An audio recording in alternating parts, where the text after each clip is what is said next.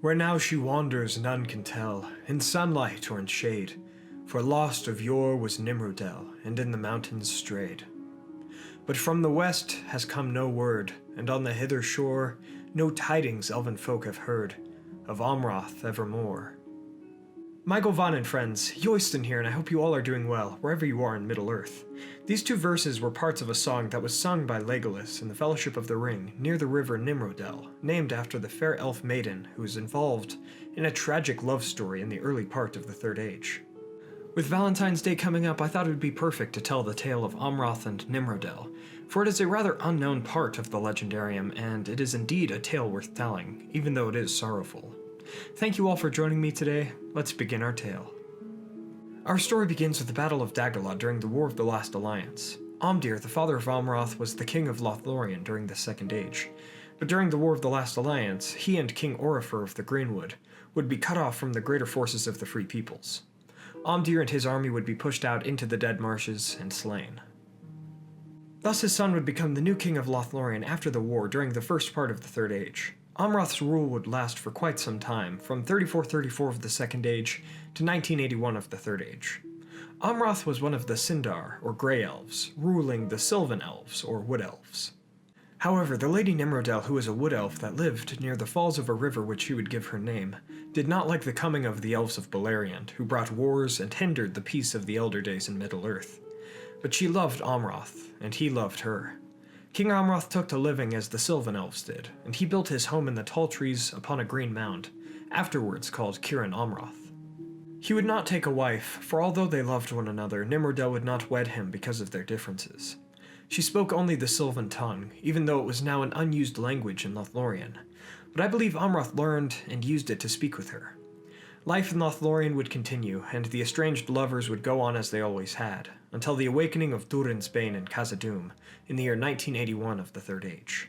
When the dwarves were driven out of their ancestral home, and orcs came to live there instead, Nimrodel fled Lothlórien, going to the eaves of the Fangorn Forest, which, at that time, reached much closer to Lothlórien than at the end of the Third Age. King Amroth would leave his people and go after her, finding her under the eaves of the forest. She was denied entry by menacing trees that had moved to bar her way. Amroth would go to her, and the two would hold a long debate where they would come to terms with their truths and love. Nimrodel finally said that she would wed him when she was brought to a land of peace.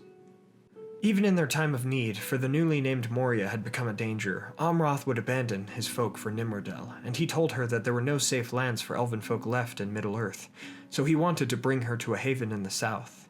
Ethelond was its name, and it would also be known as Amroth's Havens upon the Bay of Balfalas, where his people had landed long ago and some remained still, building ships to offer passage into the west for the Eldar.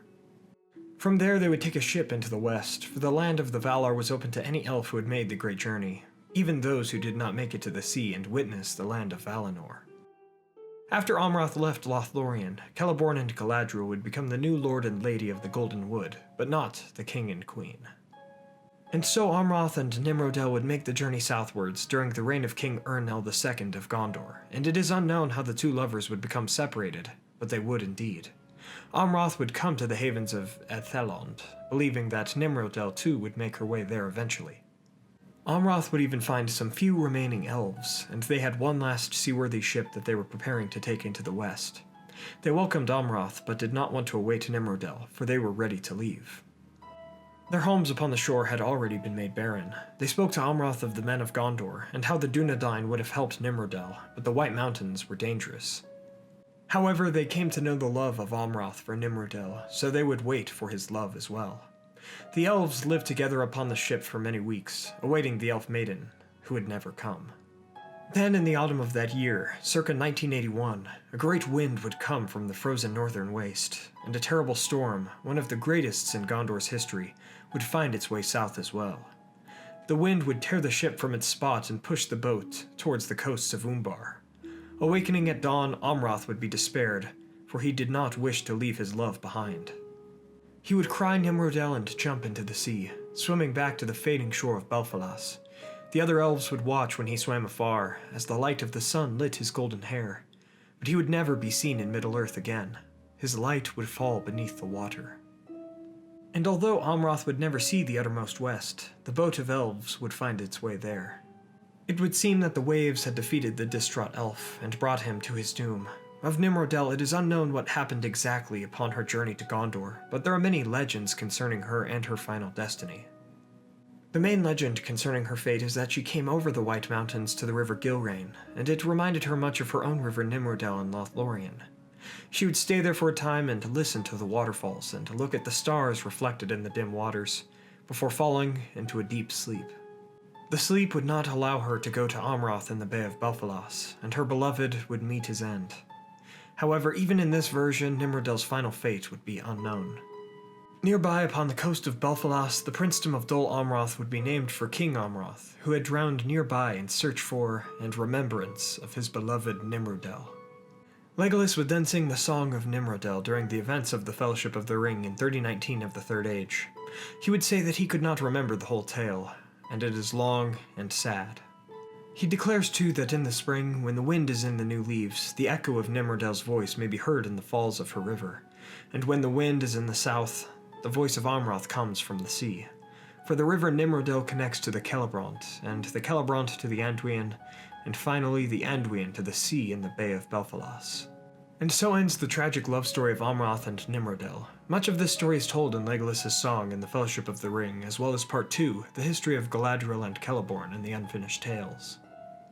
There are also different versions of certain parts and characters within this tale, such as Amroth actually being the son of Galadriel and Celeborn, an elven companion of Nimrodel who fell in love with the Prince of Belfalas, and others, but what I have said in this video is the most canon version of the story that I could find.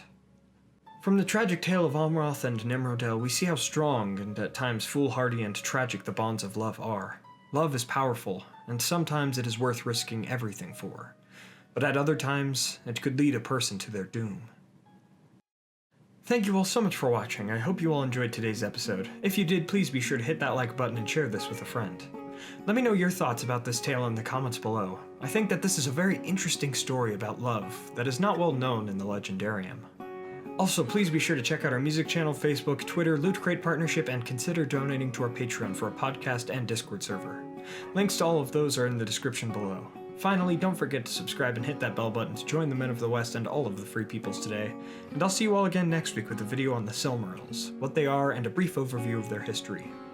Everyone, have a good Valentine's Day, and as always, thank you all so much for watching. Until the next one, my friends.